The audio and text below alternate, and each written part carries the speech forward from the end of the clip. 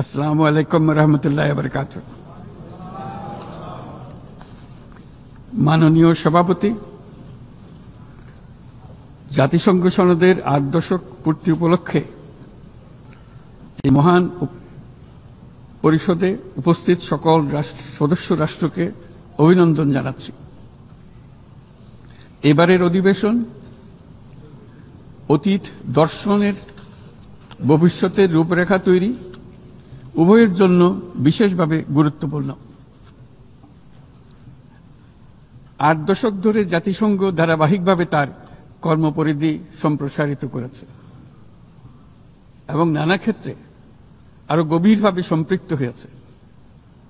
বিশ্বশান্তি ও নিরাপত্তা, মানবাধিকার, বিশ্বব্যাপী জীবনমানের উন্নয়ন, ন্যায় বিচার, ন্যায্যতা ও সমতা প্রসারে জাতিসংঘ অনস্বীকার্যভাবে ভূমিকা রেখেছে। জাতিসংঘের কারণেই আজ বিশ্বের ১২০টি দেশের প্রায় ১৩ কোটি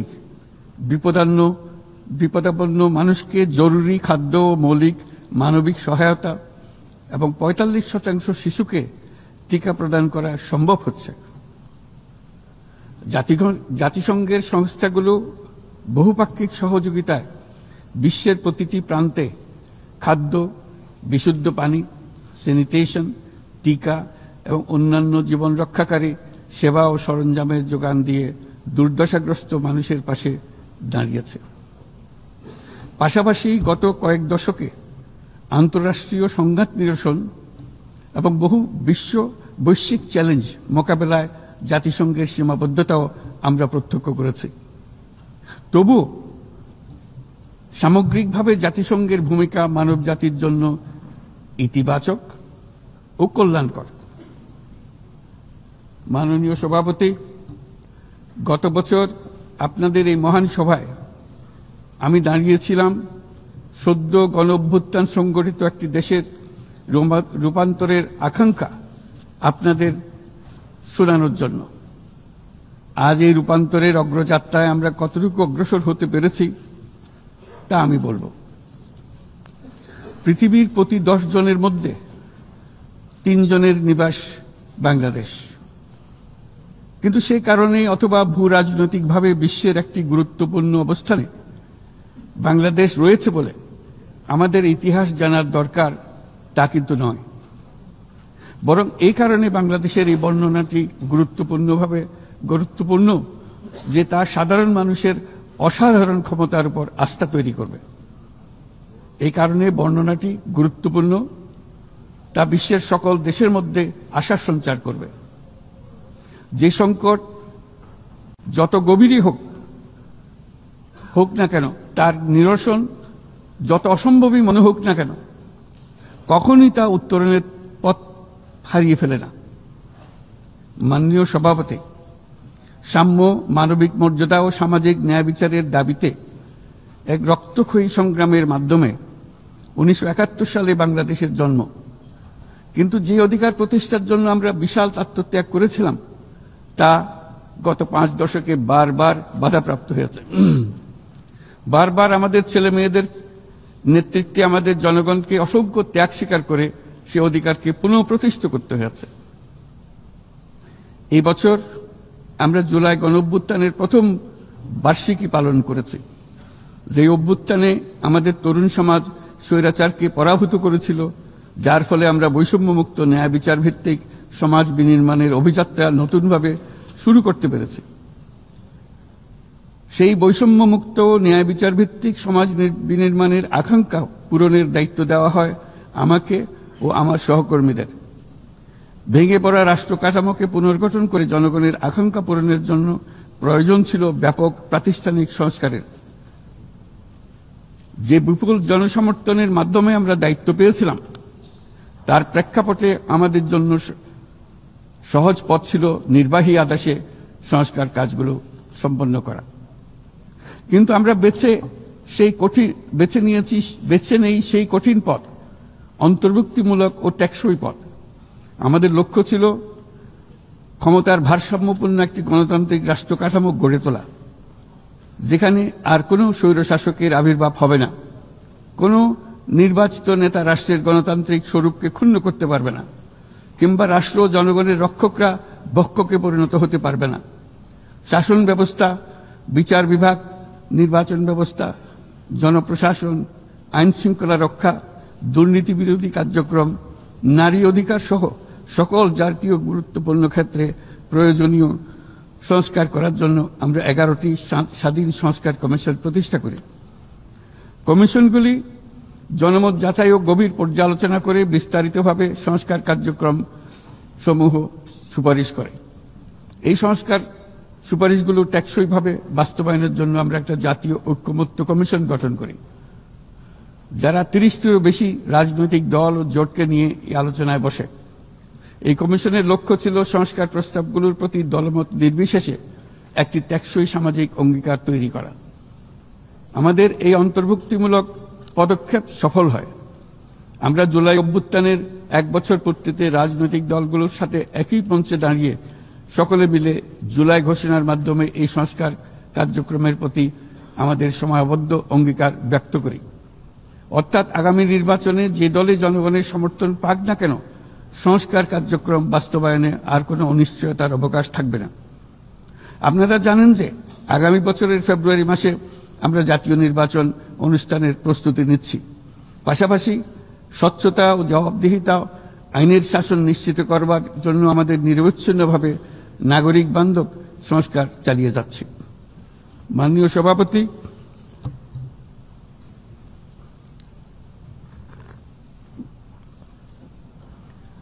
সভাপতি, গত বছর দায়িত্ব গ্রহণের কয়েক সপ্তাহের মধ্যেই আমি জাতিসংঘের মানবাধিকার বিষয়ক হাই কমিশনারকে আমন্ত্রণ জানাই পতিত স্বৈরশাসক কর্তৃক সংগঠিত মানবাধিকার লঙ্ঘন ও নৃশংসতার চিত্র উদ্ঘাটন করার জন্য। তারা মাঠ পর্যায়ে তদন্ত করে বিস্তারিত প্রতিবেদনের পাশাপাশি ভবিষ্যতে যাতে এই ধরনের অপরাধের পুনরাবৃত্তি না ঘটে সেই জন্য যেই সুপারিশমালা দিয়েছে তা আমরা আমাদের জাতীয় সংস্কার কার্যক্রমে যুক্ত করেছি। গত বছর সাধারণ পরিষদের অধিবেশনের পূর্বেই আমরা গুম সম্পর্কিত আন্তর্জাতিক কনভেনশনে যোগ দিয়েছিলাম। এখন এর বিধানসমূহ জাতীয় ক্ষেত্রে বাস্তবায়নের জন্য প্রয়োজনীয় আইন প্রণয়নের কাজ চলমান রয়েছে। এবছর আমরা জাতিসংঘের নির্যাতন বিরোধী কনভেনশনের ঐচ্ছিক প্রটোকলে যোগ দিয়েছি এবং এর বাস্তবায়নে একটি স্বাধীন প্রতিরোধমূলক জাতীয় প্রাতিষ্ঠানিক ব্যবস্থা প্রতিষ্ঠার জন্য আমরা কাজ করছি।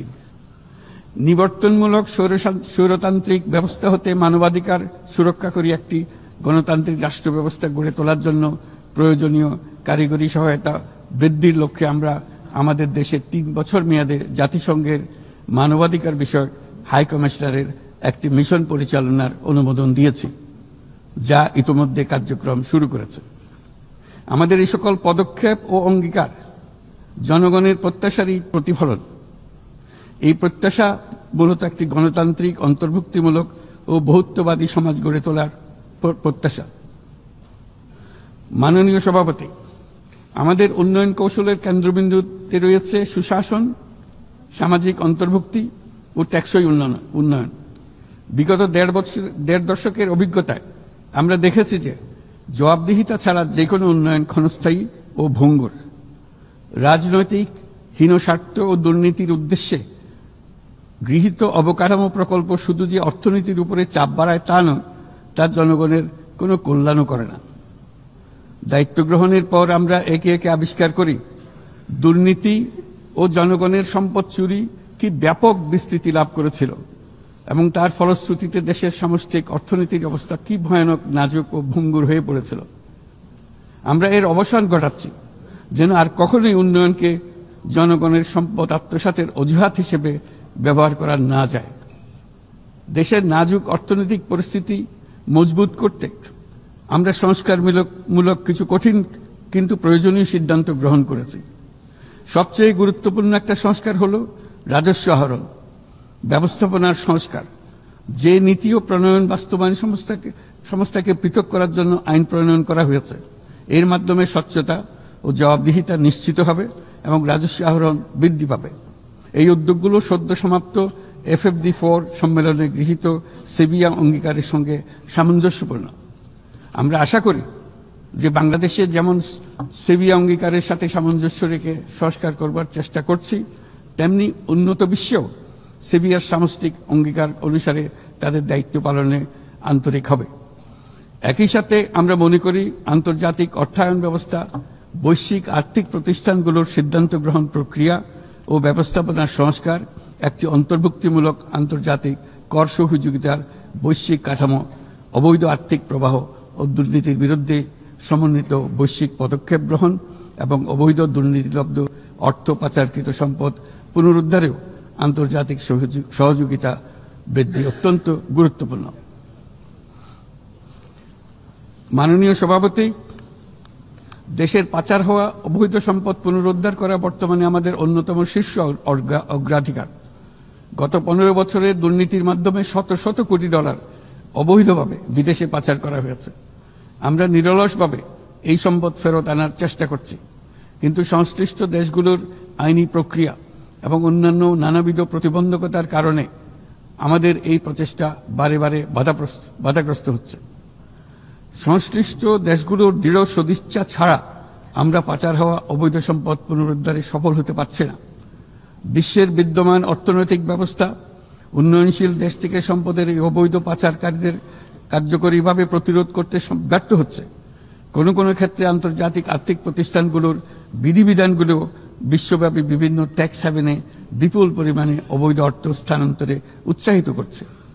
তাই যেসব দেশ ও প্রতিষ্ঠান এই পাচারকৃত সম্পদ গচ্ছিত রাখবার সুযোগ দিচ্ছে, তাদের আমি আহ্বান জানাচ্ছি তারা যেন এই অপরাধের সঙ্গে শরিক না হয়। এই সম্পদ তার প্রকৃত মালিককে অর্থাৎ কৃষক, শ্রমিক এবং সাধারণ করদাতাদের নিকট ফিরিয়ে দেন।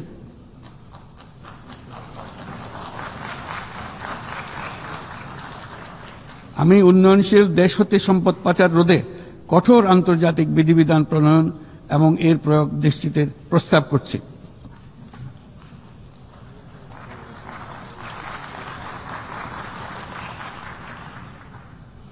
মাননীয় সভাপতি, রাজস্ব খাতের ঐতিহাসিক সংস্কারের পাশাপাশি আমরা বাজার ভিত্তিক মুদ্রা বিনিময় হার চালু করেছি।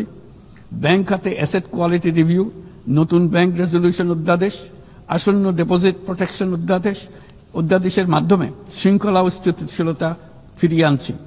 পুঁজিবাজারে সংস্কার, টাস্কফোর্স ও শক্তিশালী তদন্ত ব্যবস্থার মাধ্যমে তদারকি আধুনিকীকরণ করেছি। সরকারি ক্রয় ব্যবস্থায় ডিজিটাল টেন্ডারিং বাধ্যতামূলক করা হয়েছে এবং স্বার্থের সংঘাত সংশ্লিষ্ট তথ্য প্রকাশ বাধ্যতামূলক করা হয়েছে। পাশাপাশি নতুন পাবলিক অ্যাকাউন্টস অডিট অধ্যাদেশের মাধ্যমে জবাবদিহিতা আরও জোরদার করা হয়েছে। শুধুমাত্র আর্থিক স্থিতিশীলতা অর্জনের সীমাবদ্ধ না থেকে আমরা বিনিয়োগ বান্ধব পরিবেশ গড়ে তুলছি। বাংলাদেশ সিঙ্গল উইন্ডো এখন 19টি সংস্থাকে একীভূত করে কাস্টম প্রক্রিয়া সহজ করেছে। দ্রুত বাণিজ্যিক বিরোধ নিষ্পত্তির জন্য বিশেষায়িত বাণিজ্য আদালত গঠিত হয়েছে। বিনিয়োগ উন্নয়ন কর্তৃপক্ষ বা বিডা ওয়ান স্টপ সার্ভিস সাবলীলভাবে প্রদানের জন্য সমন্বয় কমিটি গঠন করেছে। নিয়ন্ত্রণ কর্তৃপক্ষগুলোকে একই ছাদের নিচে নিয়ে আসা হয়েছে এবং ভিসা ও ওয়ার্ক পারমিট প্রক্রিয়া সহজ করা হয়েছে। এফডিআই, হিটম্যাপ ও জাতীয় সেমিকন্ডাক্টর টাস্কফোর্স বিনিয়োগকারীদের কাছে উচ্চ সম্ভাবনাময় খাতগুলোর তথ্য সহজ ও স্বচ্ছভাবে তুলে ধরছে। বাণিজ্য লজিস্টিক্সেও উন্নতি ঘটেছে। চট্টগ্রাম বন্দরে গত আগস্টে কন্টেইনার হ্যান্ডলিংয়ে 27% প্রবৃদ্ধি ঘটেছে, যা দক্ষতার উল্লেখযোগ্য অগ্রগতি নির্দেশ করে। এসব উদ্যোগ অর্থনৈতিক শাসন ব্যবস্থাকে যেমন সুদৃঢ় করেছে, তেমনি বিনিয়োগকারীকেও নিরাপদ করেছে। এইসব সংস্কারের ফলে বাংলাদেশ এখন টেকসই ও অন্তর্ভুক্তিমূলক বিনিয়োগ ও অর্থনৈতিক প্রবৃদ্ধির এক পর্যায়ে প্রবেশ করেছে। এর পাশাপাশি এত স্বল্প সময়ে অর্থনৈতিকভাবে ঘুরে দাঁড়ানোর পেছনে আমাদের প্রবাসীরা গুরুত্বপূর্ণ অবদান রেখেছেন।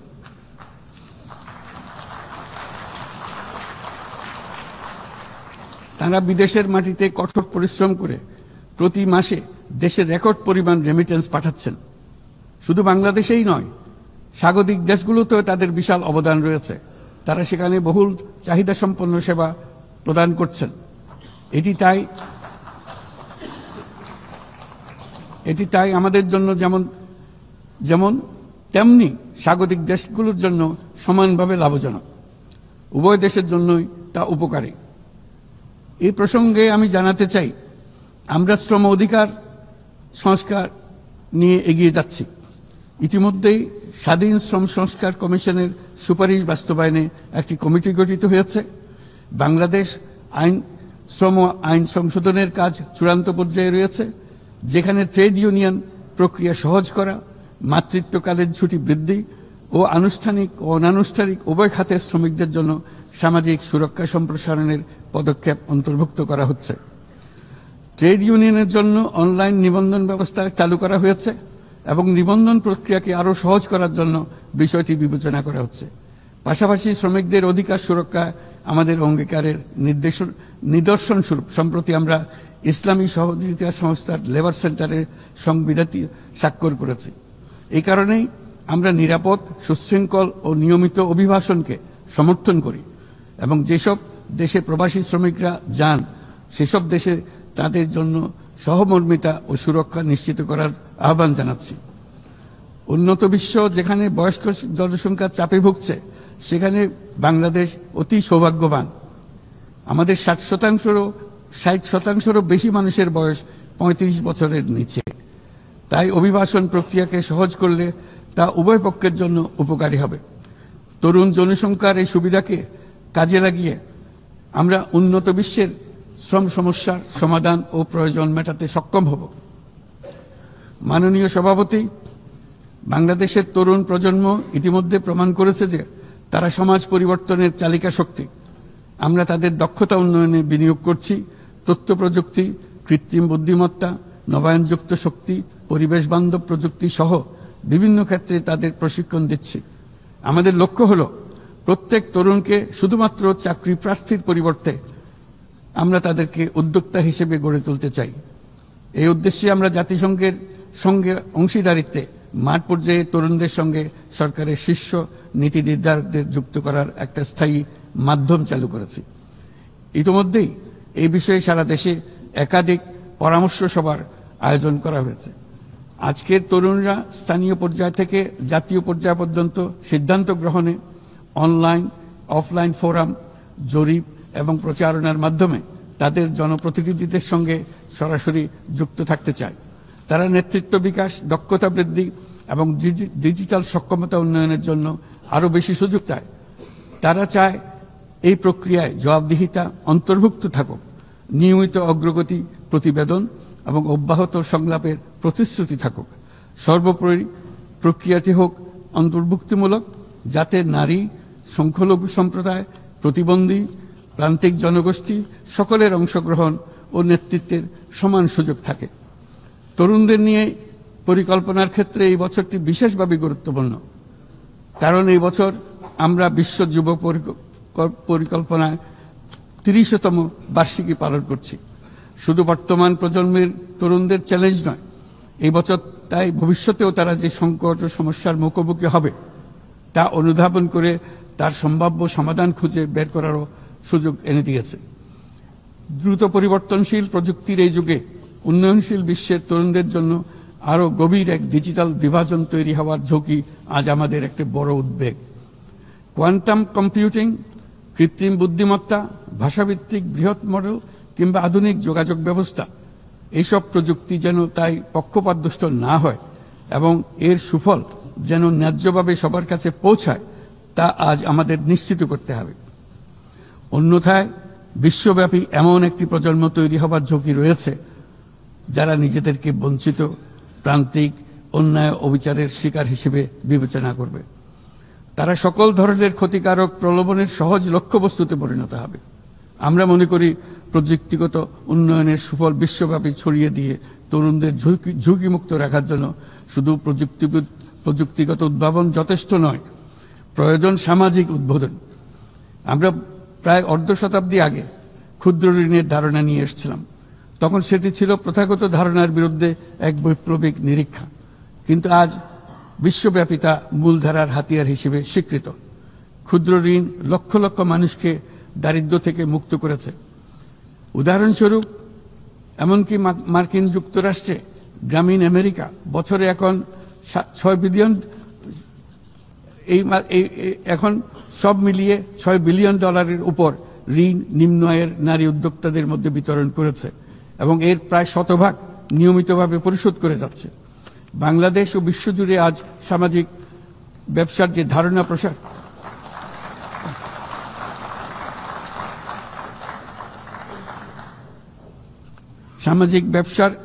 প্রসার করেছি, এটি এমন একটি ব্যবসা যার সম্পূর্ণ মুনাফা সামাজিক কল্যাণে পুনর্বিনিয়োগ করা হয়।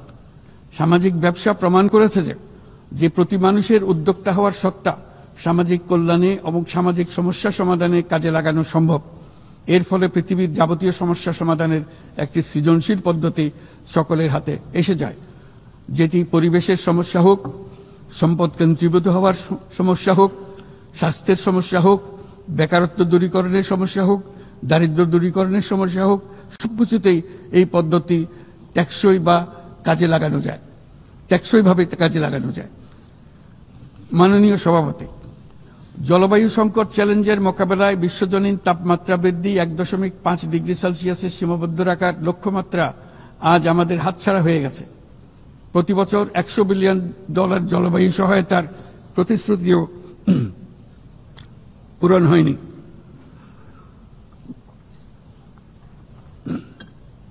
বরং যে ক্ষুদ্র অঙ্কের অর্থ বরাদ্দ হয়ে থাকে তাও কাগজে কলমে দেখানো হচ্ছে বহুগুণ হিসেবে। এটি সম্পূর্ণ অগ্রহণযোগ্য। আমাদের সন্তানদের ভবিষ্যতের জন্য এখনই কার্যকর ব্যবস্থা নিতে হবে। লস এন্ড ড্যামেজ ফান্ড পুরোপুরি চালু করতে হবে। জলবায়ুর পরিবর্তনের বিরূপ প্রতিক্রিয়া প্রশমনের উদ্যোগ যেমন বাড়াতে হবে, তেমনি অভিযোজনেও সমান গুরুত্ব দিতে হবে। আর অভিযোজন প্রচেষ্টা হতে হবে দেশজ, স্থানীয়ভাবে নির্ধারিত এবং স্থানীয়ভাবে পরিচালিত।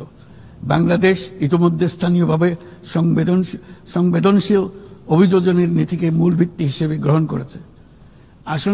আসন্ন COP30 সম্মেলনে আমরা তৃতীয়বারের মতো জলবায়ু পরিবর্তন রোধকল্পে আমাদের জাতীয় প্রতিশ্রুতি ঘোষণা করব, যেখানে জলবায়ু পরিবর্তনের বিরূপ প্রতিক্রিয়া প্রশমন লক্ষ্যের পাশাপাশি অভিযোজন উদ্যোগও থাকবে।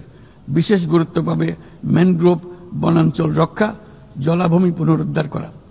একই সঙ্গে আমরা আশা করি যে বৈশ্বিক সম্প্রদায়, বিশেষ করে উচ্চ কার্বন নিঃসরণকারী দেশগুলো তাদের দায়িত্বটুকু আন্তরিকভাবে পালন করবে।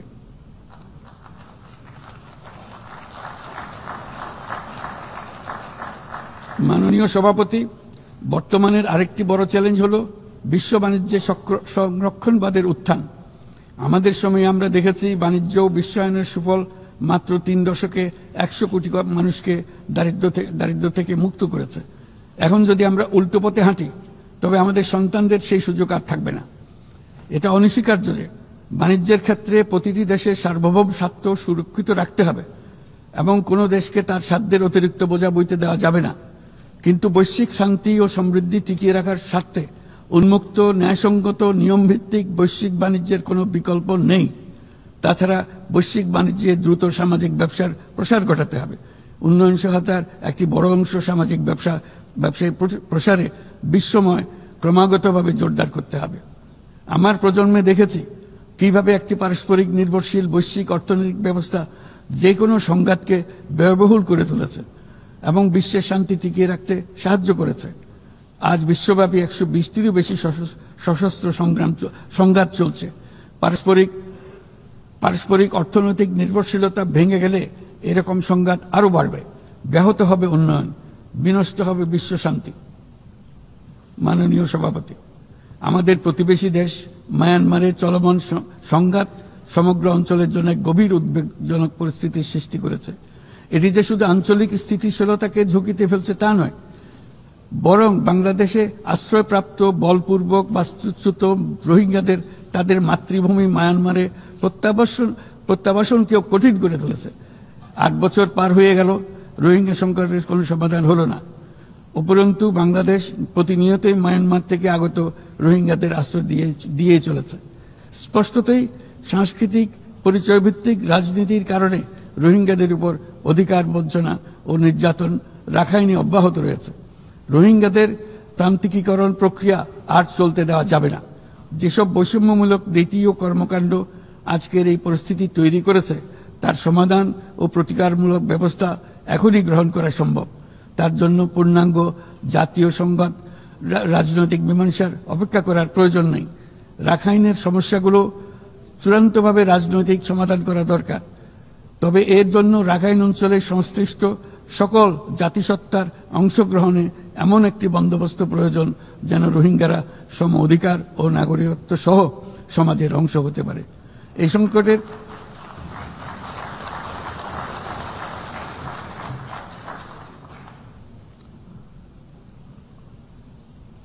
এই সংকটের সবচেয়ে বড় ভুক্তভোগী রোহিঙ্গারা, আর তাদের পরে বৃহত্তম ভুক্তভোগী হলো বাংলাদেশ। তবে আমাদের মনে রাখতে হবে যে রোহিঙ্গা সংকট কোনোভাবেই মায়ানমারের সঙ্গে বাংলাদেশের কোনো দ্বিপাক্ষিক বিষয় নয়, বরং আমরা শুধু একটি দায়িত্বশীল প্রতিবেশী এবং আন্তর্জাতিক সম্প্রদায়ের দায়িত্বশীল সদস্য হিসেবে আমাদের দায়িত্ব পালন করে যাচ্ছি। কিন্তু তহবিল সংকটের কারণে আজকে রোহিঙ্গা ক্যাম্পগুলোতে ন্যূনতম জীবনমান বজায় রাখার আমাদের যৌথ প্রয়াসও ভেঙে পড়ার উপক্রম হয়েছে। বিশ্ব খাদ্য কর্মসূচি তাদের জরুরি সহায়তা কার্যক্রমে মারাত্মক তহবিল ঘাটতির বিষয়ে ইতোমধ্যে সতর্ক করে দিয়েছে আমাদেরকে। অবিলম্বে নতুন তহবিল না এলে মাসিক রেশন অর্ধেকে নামিয়ে এনে মাথাপিছু মাত্র $6 নামিয়ে আনতে বাধ্য হবে, যা রোহিঙ্গাদের অনাহার ও অপুষ্টিতে নিমজ্জিত করবে, যা তাদেরকে আগ্রাসী কোনো পদক্ষেপ নিতে বাধ্য করবে।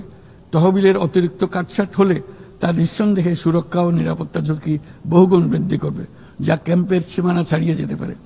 তাই আমি বিদ্যমান দাতাদের সাহায্য বাড়াতে এবং সম্ভাব্য নতুন দাতাদের অনুদান প্রদানের আহ্বান জানাচ্ছি, যাতে এই বিপর্যয়কর পরিস্থিতি এড়ানো যায়।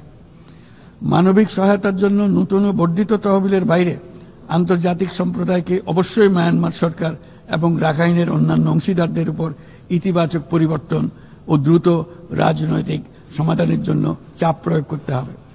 অন্যান্য প্রতিবেশী দেশগুলোকেও তাদের দায়িত্ব পালন করতে হবে। রাখাইনে স্থিতিশীলতা আনতে আন্তর্জাতিক সম্প্রদায়ের যে কোনো যৌথ প্রচেষ্টায় সহযোগিতা দিতে বাংলাদেশ সর্বদা প্রস্তুত। আমরা আশা করি আগামী 30শে সেপ্টেম্বরের উচ্চ পর্যায়ের সম্মেলন বিশ্বব্যাপী দৃঢ় সংকল্প তৈরি করবে এবং রোহিঙ্গাদের জন্য বাস্তবসম্মত আন্তর্জাতিক সহায়তা নিশ্চিত করবে, যেখানে তহবিল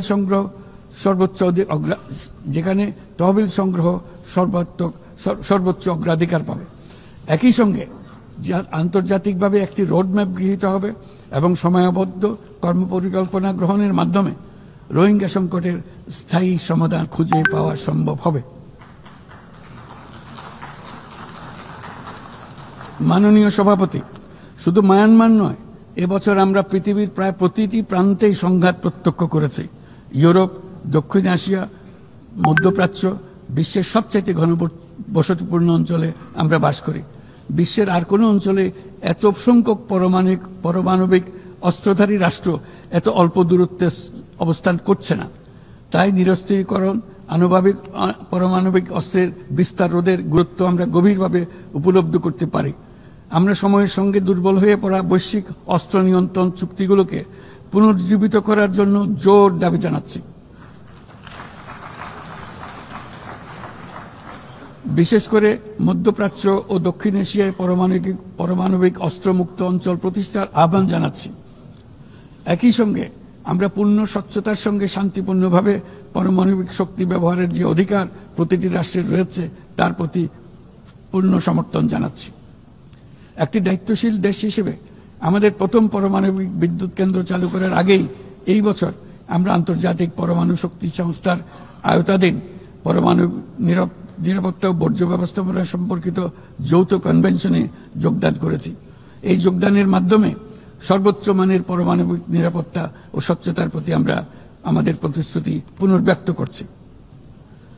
মাননীয় সভাপতি, আমি সবসময় মানুষকে আশার বাণী শুনিয়েছি, কখনো ভয় দেখিয়ে কিছু করা আমি সমর্থন করিনি, কিন্তু আজ আমাকে সেখান থেকে সরে এসে ভয়ঙ্কর কিছু কথা বলতে হচ্ছে। আজ আমি সতর্ক করছি, চরম জাতীয়তাবাদ, অন্যের ক্ষতি হয় এমন ভূ রাজনীতি এবং অন্যের দুর্ভোগ ও পীড়নের প্রতি ঔদাসীন্য বহু দশকের পরিশ্রমে আমরা যে অগ্রগতি অর্জন করেছি তা ধ্বংস করে দিচ্ছে।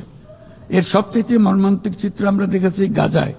শিশুরা না খেয়ে অকাল মৃত্যুবরণ করছে, বেসামরিক জনগোষ্ঠীকে নির্বিচারে হত্যা করছে, হাসপাতাল, স্কুল সহ একটা গোটা জনপদ নিশ্চিহ্ন করে দিচ্ছে। জাতিসংঘের স্বাধীন তদন্ত কমিশনের সাথে আমরাও একমত যে আমাদের চোখের সামনেই একটি নির্বিচার গণহত্যা সংঘটিত হচ্ছে। আমাদের দুর্ভাগ্য যে মানব জাতির পক্ষ থেকে এর অবসানে আমরা সর্বোচ্চ চেষ্টা করছি না এখনো। এই অবস্থা চলতে থাকলে ভবিষ্যৎ প্রজন্ম ও ইতিহাস আমাদেরকে ক্ষমা করবে না।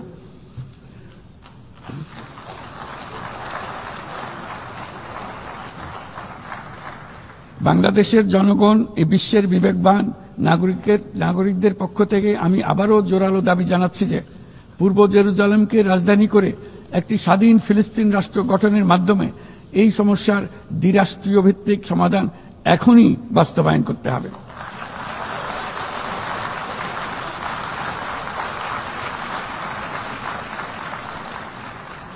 শুধুমাত্র 1967 সালের পূর্বের সীমারেখার ভিত্তিতে যেখানে ইসরায়েল ও ফিলিস্তিনি শান্তিপূর্ণ সহাবস্থানে থাকবে তখনই ন্যায় বিচার সম্পূর্ণভাবে কার্যকর হবে। মাননীয় সভাপতি, বাংলাদেশে আমরা বিশ্বাস করি যে আমাদের একটি শান্তির সংস্কৃতি আমরা গড়ে তুলব, যেখানে সর্বস্তরের সহনশীলতা, অহিংসা, সংলাপ ও সহযোগিতার মূল্যবোধ প্রতিষ্ঠিত করা হবে। গত 3.5 দশক ধরে জাতিসংঘের শান্তিরক্ষা কার্যক্রমে অন্যতম শীর্ষ শান্তিরক্ষা প্রেরণকারী দেশ হিসেবে আমাদের অংশগ্রহণ বৈশ্বিক শান্তি ও নিরাপত্তার প্রতি আমাদের নিরবিচ্ছিন্ন অঙ্গীকারের এক বাস্তব প্রমাণ। এমনকি এই মুহূর্তে প্রায় 6,000 বাংলাদেশি শান্তিরক্ষী বাহিনী বিশ্বের সবচেয়ে সংঘাতপূর্ণ অঞ্চলগুলোতে জাতিসংঘের আওতায় দায়িত্ব পালন করছে। আজ পর্যন্ত মোট 168 জন বাংলাদেশি শান্তিরক্ষী তাদের দায়িত্ব পালনকালে শহীদ হয়েছেন। একাধিক গবেষণায় একথা বারবার প্রমাণিত হয়েছে।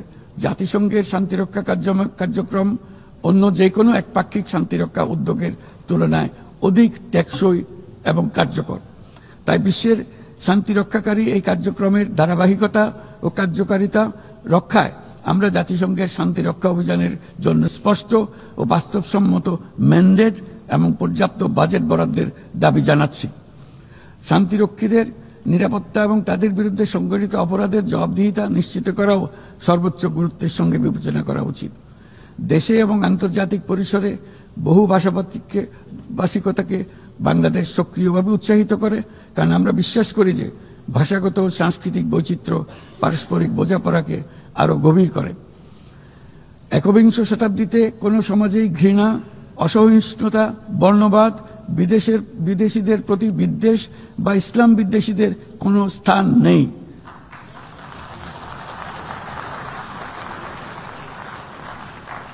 অথচ বর্তমানে বিভ্রান্তিমূলক প্রচারণা, ঘৃণাত্মক বক্তব্য গুরুতর উদ্বেগের বিষয় হয়ে দাঁড়িয়েছে।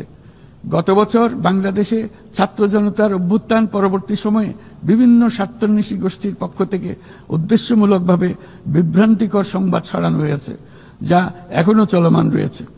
এর সঙ্গে যুক্ত হয়েছে পরিকল্পিত মিথ্যা সংবাদ, কৃত্রিম বুদ্ধিমত্তা নির্ভর ডিপফেক এর প্রসার, যা পরিস্থিতিকে আরো জটিল করে তুলেছে। এসবের বিরুদ্ধে আমাদের একসঙ্গে কাজ করতে হবে, যাতে এসব বিকৃত কর্মকাণ্ড মানুষের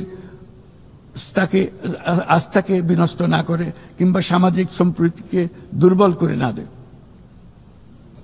মাননীয় সভাপতি, আমাদের শীর্ষ অগ্রাধিকারগুলোর মধ্যে অন্যতম হল নারীর ক্ষমতায়ন।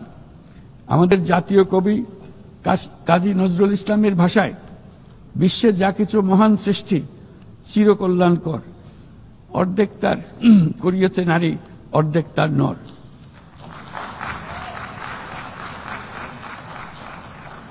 প্রকৃতপক্ষে বর্তমান বিশ্বে অনেক গুরুত্বপূর্ণ ক্ষেত্রে নারীদের অবদান অর্ধেকেরও বেশি। এই মাসে বাংলাদেশে প্রথমবারের মতো unpaid household production satellite account জরিপ প্রকাশিত হয়েছে। সেখানে দেখা যায় যে অবৈতনিক পরিচর্যা ও গৃহস্থালী কাজে শতকরা 85% বেশি কাজ নারীরা একাই করে থাকেন, যার অর্থমূল্য আমাদের স্থূল দেশজ উৎপাদনের প্রায় 16%। বহু প্রতিকূলতা সত্ত্বেও আজ আমাদের মেয়েরা শ্রেণীকক্ষ থেকে বোর্ডরুম, গবেষণাগার থেকে ক্রীড়াঙ্গন সবখানে বাধা অতিক্রম করে সফল হচ্ছে। সম্প্রতি আমাদের নারী ফুটবল দল আঞ্চলিক চ্যাম্পিয়নশিপ জিতেছে। আন্তঃএশীয় প্রতিযোগিতার জন্য উত্তীর্ণ হয়েছে এবং সারা দেশের লাখো মানুষকে অনুপ্রাণিত করে চলেছে। নারীর নিরাপত্তা ও মর্যাদা এবং সমান সুযোগ সুনিশ্চিত করার জন্য আমার সরকার প্রচেষ্টা অব্যাহত রয়েছে। এই বছর আমরা বেইজিং ঘোষণাপত্রের ৩০তম বার্ষিকী উদযাপন করছি। এই উপলক্ষে নারীর ক্ষমতায়নে আমাদের অঙ্গীকারকে আরো জোরদার করতে আমরা বেইজিং +30 অ্যাকশন এজেন্ডা এর অধীনে আগামী 5 বছরে বাস্তবায়নের লক্ষ্য নিয়ে 4টি জাতীয় প্রতিশ্রুতি ঘোষণা করেছি। এর মধ্যে রয়েছে যৌন হয়রানি প্রতিরোধ, সুরক্ষা সংক্রান্ত আইন প্রণয়ন করা, নারীর অবৈতনিক পরিচর্যা ও গৃহস্থলী কাজের স্বীকৃতি ও মূল্যায়ন নিশ্চিত করা, রাজনৈতিক ও জনপরিসরে নারীর অংশগ্রহণ বৃদ্ধি করা, নারীর সমতা ও ক্ষমতায়নের প্রতি সংবেদনশীল বাজেট প্রণয়ন পদ্ধতি শক্তিশালী করা। মাননীয় সভাপতি, বাংলাদেশ পারস্পরিক শ্রদ্ধা, স্বচ্ছতা এবং কল্যাণের ভিত্তিতে আঞ্চলিক সহযোগিতায় অঙ্গীকারবদ্ধ। আমরা বিমস্টেক, BBIN, এশিয়ান হাইওয়ে এবং সাসিকের মতো অন্যান্য উদ্যোগের মাধ্যমে আঞ্চলিক সংযোগ ও বাণিজ্যকে এগিয়ে নিচ্ছি। এর সাথে আমরা আসিয়ানের মতো কার্যকরী আঞ্চলিক ফোরামে যুক্ত হওয়ার জন্য আগ্রহ প্রকাশ করেছি। এই মর্মে কাজ করে যাচ্ছি।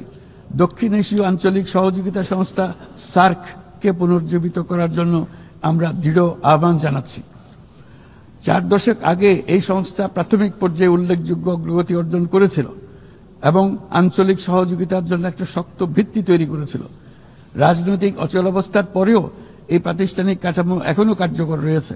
আমরা বিশ্বাস করি SAARC এখনো আমাদের অঞ্চলের কোটি কোটি মানুষের জন্য কল্যাণ এনে দিতে সক্ষম, যেমনটি আসিয়ান তাদের অঞ্চলের কোটি কোটি মানুষের জন্য করে যাচ্ছে। সম্মিলিত উন্নয়নের জন্য প্রতিবেশী দেশগুলোর মধ্যে আঞ্চলিক সহযোগিতার কোনো বিকল্প নেই। একই সাথে অভিন্ন প্রাকৃতিক সম্পদের ব্যবহারে ন্যায্যতা ও সহমর্মিতার চর্চা করা একান্ত প্রয়োজন। প্রাকৃতিক সম্পদের ব্যবহার নিয়ে শান্তিপূর্ণ আঞ্চলিক সহযোগিতায় বাংলাদেশ দৃঢ়ভাবে অঙ্গীকারবদ্ধ। তাই প্রথম দক্ষিণ এশিয়া দেশ হিসেবে সম্প্রতি আমরা জাতিসংঘের পানি সংক্রান্ত কনভেনশনে যোগ দিয়েছি। মাননীয় সভাপতি, শতাব্দীর পর শতাব্দী ধরে রাজনৈতিক শোষণ, সম্পদ লুণ্ঠন, কাঠামোগত বৈষম্য আজকের অসম উন্নয়নের বাস্তবতা তৈরি করে গিয়েছে। আজ থেকে 1 দশক পূর্বে আমরা যখন এজেন্ডা 2030 অর্জনে একমত হয়েছিলাম, তখন আমরা পথ পরিবর্তন করে সঠিক লক্ষ্যে এগিয়ে যাওয়া নিয়ে আশাবাদী হয়েছিলাম। কিন্তু আজকের বাস্তবতা হলো টেকসই উন্নয়নের অভিষ্ট বাস্তবায়নের যে অগ্রগতি কাম্য ছিল তা মারাত্মকভাবে পিছিয়ে পড়েছে। উন্নয়নে অর্থায়নের ঘাটতি ক্রমশ বাড়ছে। উন্নয়ন সহায়তার প্রবাহ কমছে। আমরা দাতা দেশসমূহকে এই প্রবণতা থেকে বেরিয়ে এসে তাদের অঙ্গীকার পূরণ করতে আহ্বান জানাচ্ছি। আমরা স্বল্পোন্নত দেশ হতে উন্নয়নশীল দেশ হিসেবে উত্তরণের প্রক্রিয়ায় আছি। আমাদের মসৃণ ও টেকসই উত্তরণ নিশ্চিত করতে আন্তর্জাতিক সম্প্রদায়ে, বিশেষ করে জাতিসংঘের সংশ্লিষ্ট সংস্থাসমূহের সহযোগিতা অত্যন্ত জরুরি। তাদের সাহায্য সহায়তা আমরা কামনা করছি। এ বিষয়ে OHRLS সহ সংশ্লিষ্ট সংস্থাসমূহের কার্যক্রমকে সাধুবাদ জানাই। স্বল্পোন্নত দেশসমূহ এবং ঝুঁকিতে থাকা অন্যান্য দেশগুলোর প্রতি আমাদের কার্যকর সহযোগিতা প্রদানের জন্য আমরা আমাদের দপ্তরকে আরো শক্তিশালী করার আহ্বান জানাচ্ছি। একই সঙ্গে অনুদান ও ঋণের পাশাপাশি সরকারি ও বেসরকারি উদ্যোগে সামাজিক ব্যবসা খাতকে বিপুলভাবে এগিয়ে দিয়ে যাওয়ার জন্য আহ্বান জানাচ্ছি। এই নতুন পদ্ধতি দাতা ও গ্রহীতা উভয় দেশের জন্য মঙ্গলজনক হবে এবং উৎসাহব্যঞ্জক হবে। সৃজনশীলতার অতি উচ্চ পর্যায়ে যেতে আমাদের সহায়ক হবে। মাননীয় সভাপতি, বাংলাদেশের অগ্রগতি উন্নয়নের অভিযাত্রায় জাতিসংঘের অবদানকে আমরা সাধুবাদ জানাই। বিশ্বশান্তি ও নিরাপত্তা উন্নয়ন, মানবাধিকার, জাতিসংঘের এই 3টি স্তম্ভের প্রতি আমরা পূর্ণ আস্থা পুনর্ব্যক্ত করছি। আমার বক্তব্যের শুরুতেই আমি বলেছিলাম যে আজ 8 দশকে জাতিসংঘ বারবার দেখিয়েছে যে বহুপাক্ষিক কূটনীতি মানব জাতিকে আরো ভালোভাবে একসঙ্গে বেঁচে থাকার সহায়তা করে। তবু এর 80তম বার্ষিকীতে আমাদের স্বীকার করতেই হবে যে বহুপাক্ষিক কূটনীতি আজ নানা রকম চাপের মধ্যে রয়েছে। প্রায়শই অসম দ্বিপাক্ষিক সম্পর্কের টানাপোড়েনে আবারও প্রমাণ করেছে যে বহুপাক্ষিক কূটনীতি আমাদের শেষ এবং সর্বোত্তম ভরসা। তাই বহুপাক্ষিক কূটনীতির ধারক ও বাহক জাতিসংঘকে উজ্জীবিত রাখতে আমরা সদস্য রাষ্ট্রগুলোর সাথে পূর্ণ স্বচ্ছতা ও আন্তরিকতা আলোচনার আহ্বান জানাচ্ছি। বর্তমান সময়ের দাবি মেটাতে বহুপাক্ষিকতার প্রতি আমাদের যৌথ আকাঙ্ক্ষা পূরণ করতে হলে জাতিসংঘকে ক্রমাগত বিকশিত ও অভিযোজিত হতে হবে। এই মর্মে আমরা মহাসচিবের UN80 উদ্যোগকে স্বাগত জানাই। তবে একই সঙ্গে জোর দিয়ে বলতে চাই যে সংস্কারের নামে যেন বহুপাক্ষিকতাকে দুর্বল করা না হয় বা উন্নয়নশীল দেশগুলোর কণ্ঠস্বরকে অবহেলা না করা হয়। সংস্কারের একমাত্র লক্ষ্য হওয়া উচিত মাঠ পর্যায়ে বাস্তব ও ইতিবাচক পরিবর্তন আনা। জনাব সভাপতি, গত বছর আমার জনগণ প্রমাণ করেছে যে জগতে অন্যায়ের বিনাশ অবশ্যম্ভাবী। তারা প্রমাণ করেছে যে পরিবর্তন যেমন সম্ভব তেমনি এটা অপরিহার্য। আমাদের মনে রাখা দরকার যে সামনের দিনে যে চ্যালেঞ্জগুলো আসছে তা কোনো দেশের পক্ষে একা মোকাবেলা করা সম্ভব নয়। একই সঙ্গে আমাদের এটাও মনে রাখতে হবে যে বর্তমান পৃথিবীতে কোনো একটি দেশ সংকটে পড়লে অথবা বিশ্বের কোনো এক প্রান্তে সংকট দেখা দিলে সমগ্র বিশ্বের নিরাপত্তায় ঝুঁকির মুখে পড়ে যায়। আমাদেরকে 3-0 পৃথিবী গড়ার স্বপ্ন নিয়ে অগ্রসর হতে হবে। তরুণরা 3-0 বাস্তবায়নের সৈনিক হয়ে বড় হবে। তাদের সামনে থাকবে শূন্য কার্বন, শূন্য সম্পদ কেন্দ্রীভূতকরণ ও শূন্য বেকারত্ব। এর ভিত্তিতে তারা গড়ে তুলবে তাদের পৃথিবী।